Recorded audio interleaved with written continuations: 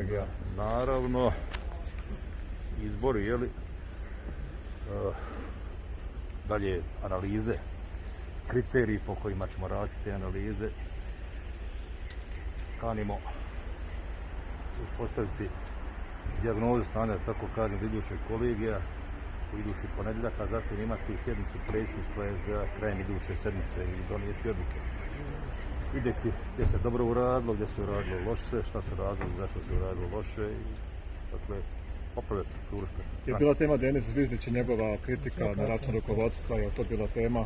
Da, ja sam na početku kolegija zatražio da bez gospodina Zvizdića ne ulazimo u suštinu stvari, dubinu stvari.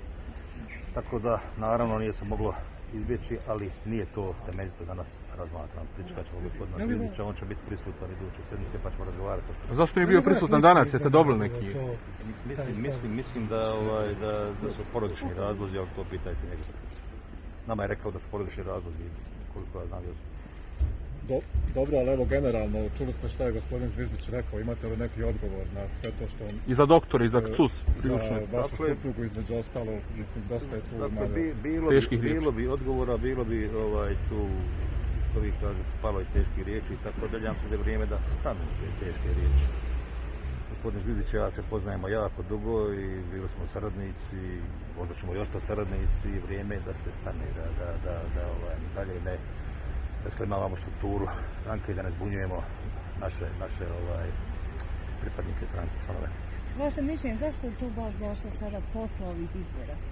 Pa stvara nervozu, znate, u Sarajevu smo, dakle, imali vrlo loš izborni rezultat, tako da to stvara nervozu, traže se krivci, to je razumljiva stvar, ne smije se dopustiti da to izađe iz nekih normalnih okvira i da nanese zaista štetu samoj strukturi stranke. Hoće li biti nekih smjena, hoće li se, rekli se, dijagnozu? Dakle, moramo vidjeti gdje su loša mjesta, šta su razlozi za pad stranke u određenim sredinama. Znate, zašto u Sarajevu u centru ili na Ilidži nismo uspjeli, a jesmo u Vogošći, zašto nismo u Zenici, a jesmo u Visokom? Postoje razlozi. Imali smo jedno opšte stanje, jedno udruživanje protiv SDA, jednu snažnu kampanju protiv SDA, medijsku, koja je na pojedinim mjestima dala rezultata, na drugima nije. Neki su podizali rezultat, na primjer u Konjici, mi smo ošli preko 50% podrške. Moramo vidjeti šta su razlozi za tako dobar uspjeh ili za neuspjeh već u susjednoj Jablanci. Odgovori nisu jednostavni.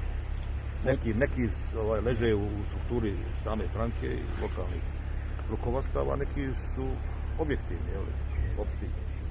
U kom smjeru ide slučaj Zvizdić? Da li u smjeru da se razdružite ili ide u smjeru da se pokažete zajednički jezik? Otkud znam.